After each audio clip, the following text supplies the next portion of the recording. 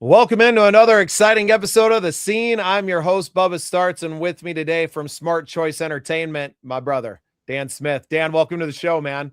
Thanks for having me, bro. Well, I appreciate you taking a little time out of your busy touring schedule. Your band, Bound and Determined, just getting back from Nashville recently. Some great stuff going on there. But we're really here to talk today about what you're doing with Smart Choice Entertainment, namely the Ag City Music Festival coming up here soon. We'll throw up that banner June 19th and 20th, correct? Yes, sir. That's going to be a blast, man. And you've got a lot of your artists from your company that are on there. But before we get into all that and talking to, just want to get a little bit of your backstory, and I'll let people get to know you a little bit. Well, I started out, I guess, when I was about 19 years old, just picking up the guitar. And roughly 8 years ago, I had a guy I went to high school with approach me about getting out and playing some acoustic duo type stuff. And that just kind of developed into, putting a full band together, Bound and Determined. And, in doing so, just kind of, contacting venues about booking, my particular band. Well, we kind of book up about 6 months to a year in advance. And so I'd get phone calls from venues wanting to book us. And, if we were already booked, I started trying to help some of the other artists that I knew pick up some gigs, get in those venues, and that just kind of evolved into developing Smart Choice Entertainment. We have gone from just kind of helping some other artists, fill some slots to actually where we're at now, where we're a full festival design and management company. We're doing festivals, providing production, stage light, sound. We can do food trucks and vendors, kids zones with bounce houses and face painters and all that kind of stuff. So kind of a one-stop shop for fairs and festivals and concerts. And, we're just having fun doing it, man. Yeah, and I feel like not a ton of musicians kind of fall into that, but your background as a successful business owner and all of those skills bringing from that side kind of laid you perfectly in this position to be a little bit of that business mind behind the artist and now behind these incredible festivals like Ag City Music Festival happening in June. Yeah, absolutely. I've owned a security company for 21 years, and I've taken the lumps, the OJT, on the job trading. My background is sales and marketing, and that's I think one of the things that's allowed the success of not only my personal band but the business as a whole. It's one of the things that I'm really trying to help young artists that are trying to get from their practice rooms to a local stage and then growing to the fairs and festivals and corporate gigs level. And, there's a lot of really, really good talent out there that nobody's ever heard of. And I've asked myself why. And it just boils down to having that sales ability to be told no a bunch of times and keep going. And, ultimately it's all a numbers a game. The more people that we contact and talk to and the networks that we create, that's actually what catapults people to those bigger and better stages. So just trying to do my part to try to help out other artists, man. I think a lot of people would look at the success of Bound and Determined, and I know that you've won Kansas City's best, cover band and a lot of awards over the past several years, and they just see those, and it's like, man, all he does is hit home runs, right? And they don't see the time in the batting cage, if you will, to keep the baseball references going, the swings and misses, the 100 unanswered emails that you got when you were reaching out early, and all the success that you're having now is really attributed to the 6 prior years that it was reaching out and being told, well, you guys just aren't right now. You just aren't right. And then as you continue to raise the profile of the band, all of a sudden you're not having to make the phone calls. People are calling you, which just kind of turned into the natural evolution of Smart Choice Entertainment. And, a lot of your success is attributed to things that nobody would ever see. Well, that's it. I mean, no matter how we look at it, it's all a grind, and being able to keep your head down, stay focused, stay motivated. Don't take the negatives to heart. You know, the thing about music is there's so many different genres because people have what they like. And maybe we don't check all the boxes, but we do check a lot of the boxes. And it's just important to make sure you're putting out a good product, a good service, and making sure you're staying professional and deliver on what you say.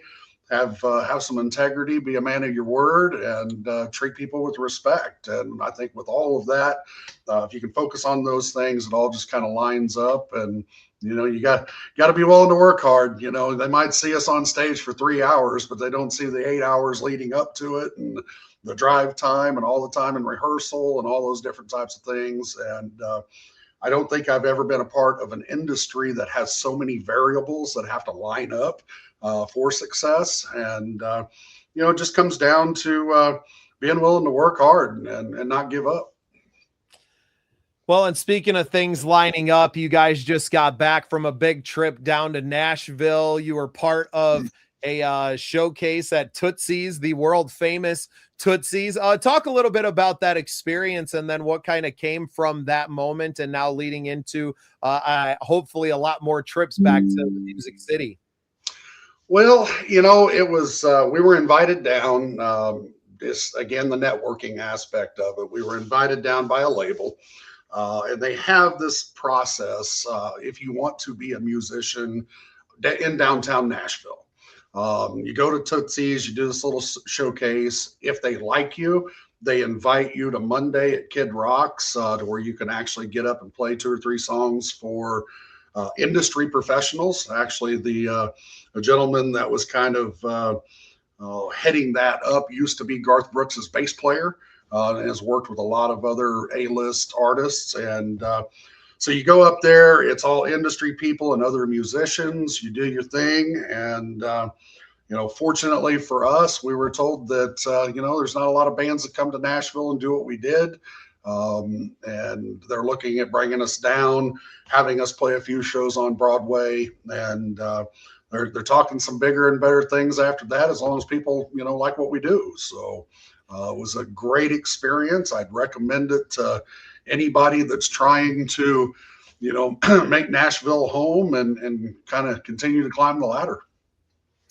Yeah, and having been in Kid Rock's big ass honky tonk while I was there back in last November, you guys are such a perfect fit for that main stage and what they're trying to bring on that. Knowing a little bit about your band and your set list, they're really riding that line between rock and country. It's not like Robert's Western World, where you're getting very traditional country music, country and Western music up there. It is very much what I would say the newer kind of country genre, right? A lot more rock and roll influences. You're going to hear a lot of rock and roll covers while you're in there as well. It's crazy for people who haven't been to Nashville recently to really understand what the scene is like down there. It seems like all the bars are at least 3 stories tall and maybe a rooftop as well. When it's rocking and rolling, it's a band on every level, and you kind of start from the top and work your way down, right? Newer bands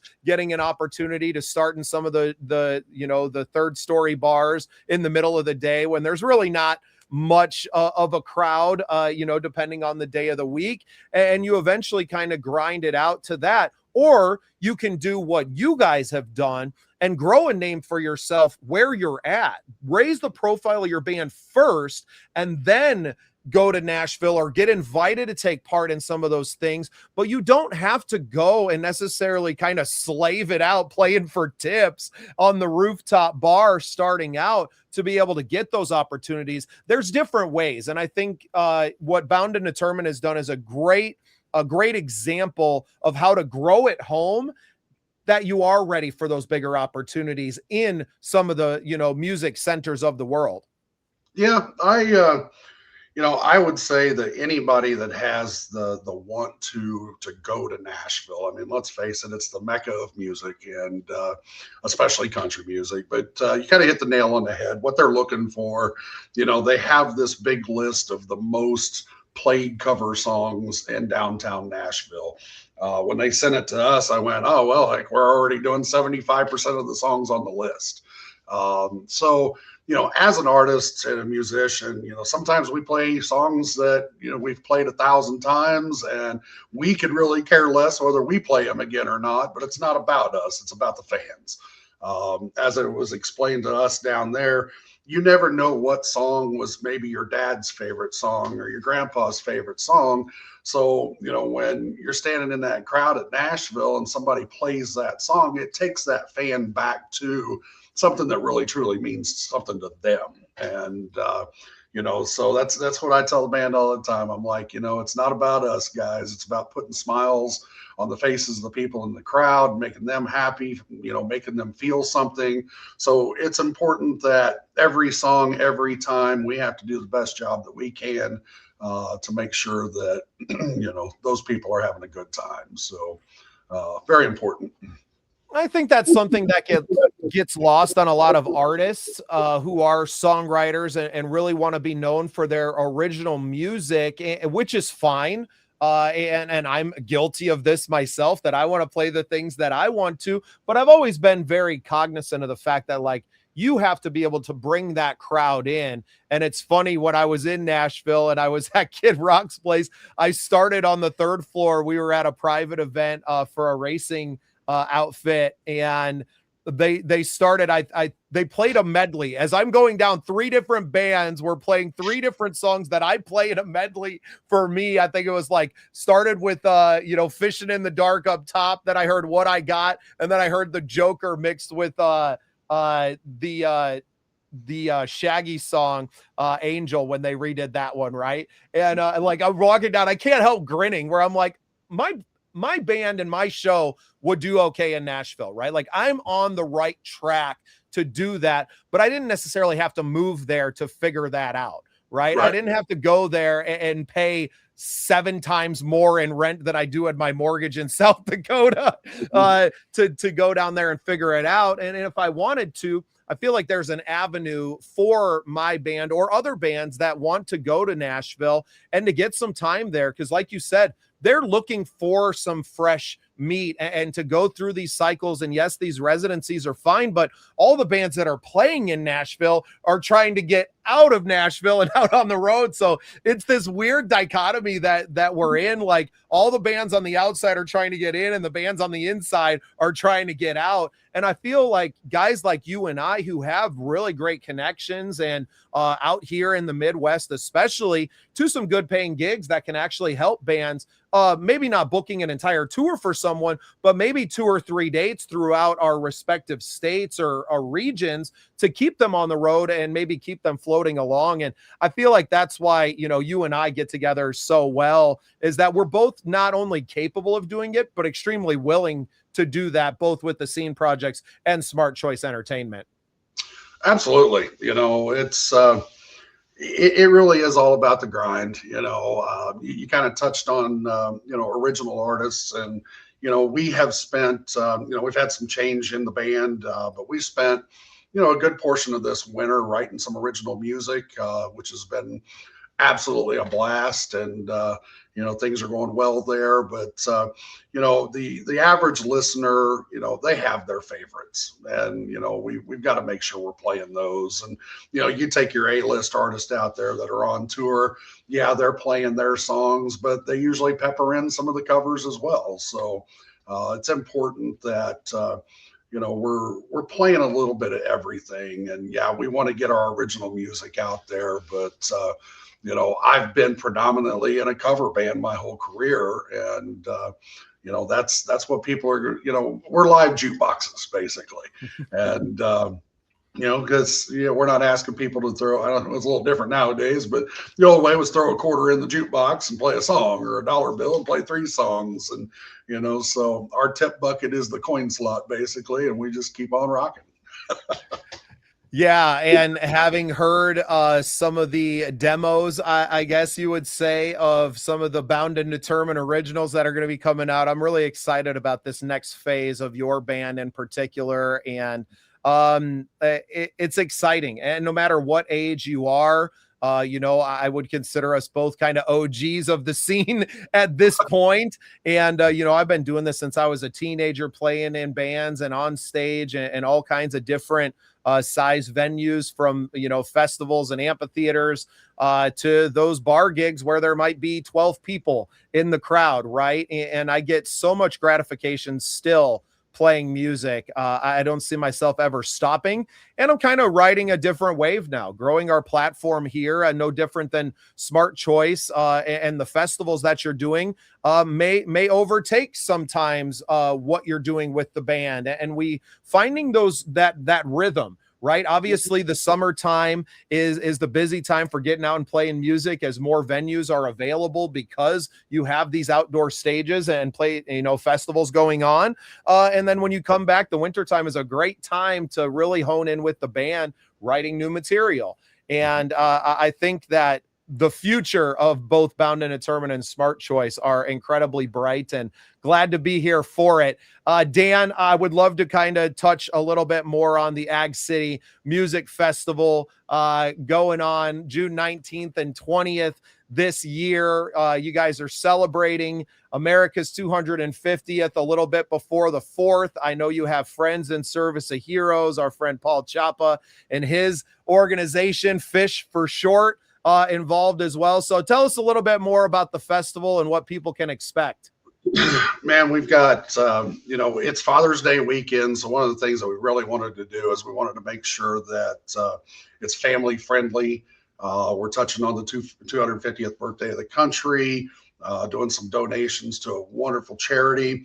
But we've got, on Friday, we've got two great tribute bands. We've got a Molly Hatchet tribute band, Flirting with Molly, and then Edge of Forever, who is a Leonard Skinner tribute band.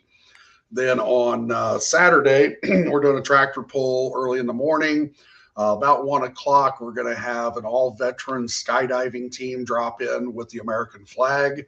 Damian Gunn, who's the first on stage, is going to sing the national anthem for us.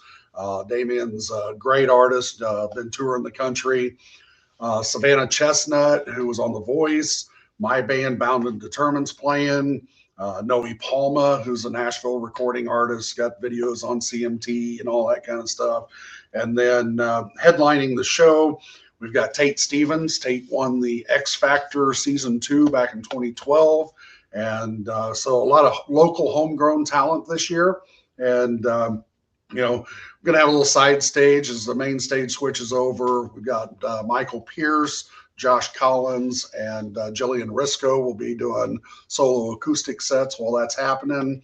So just, it's going to be an awesome time, family friendly. The kids' fun zone is going to have, 10 or 12 bounce houses, face painters, fire breathers, foam pits, dunk tank, all kinds of stuff for the kids. And we're just looking forward to celebrating. We're donating $5 from every ticket sold to Friends in Service of Heroes.